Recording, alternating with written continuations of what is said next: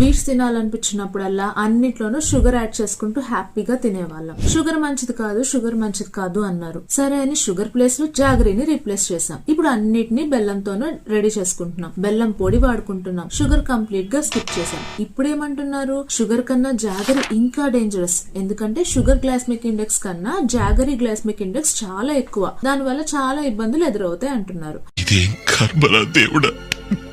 ఏంటండి ఇది?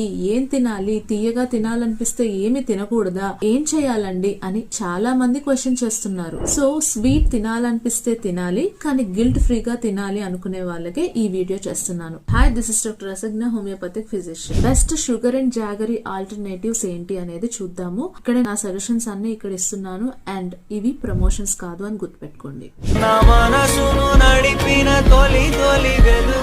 తలపును తడిపిన తొలకరి చినుకు విరిసిన